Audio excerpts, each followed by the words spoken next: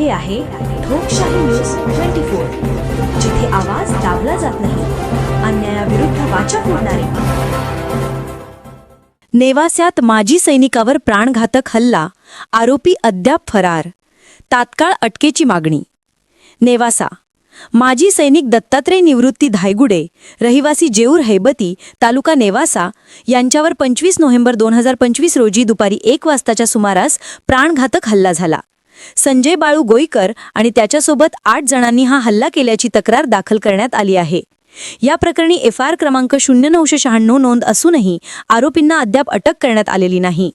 या पार्श्वभूमीवर जय जवान नेवासा तालुका माजी सैनिक संघतर्फे तालुकाध्यक्ष माजी सैनिक अशोक राजळे यांनी नेवासा पोलीस निरीक्षक महेश पाटील यांची भेट घेऊन निवेदन सादर केले. माजी सैनिकावर हल्ला करून आरोपी त्यांना सतत जीवे मारण्याच्या धमक्या देत असल्याचा उल्लेख निवेदनात करण्यात आला आहे.